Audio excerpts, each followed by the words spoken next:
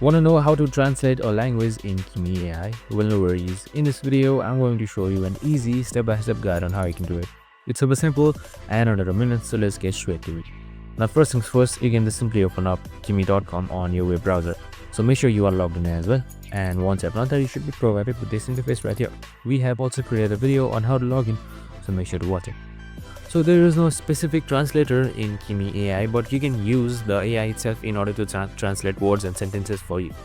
So on the leftmost side, you should be seeing new chat right here. You can just simply select that or just simply select through the chat history. So once I've selected any one of these, just simply type in anything that you write. So I can tell Kimi to translate it in Spanish. So now once you have selected that, it should translate to Spanish just like this right here. And you can also ask for further prompts accordingly. And that's it. I hope this video helped. If it did, make sure to like, subscribe and tune in with us for more of these videos. See you in the next one.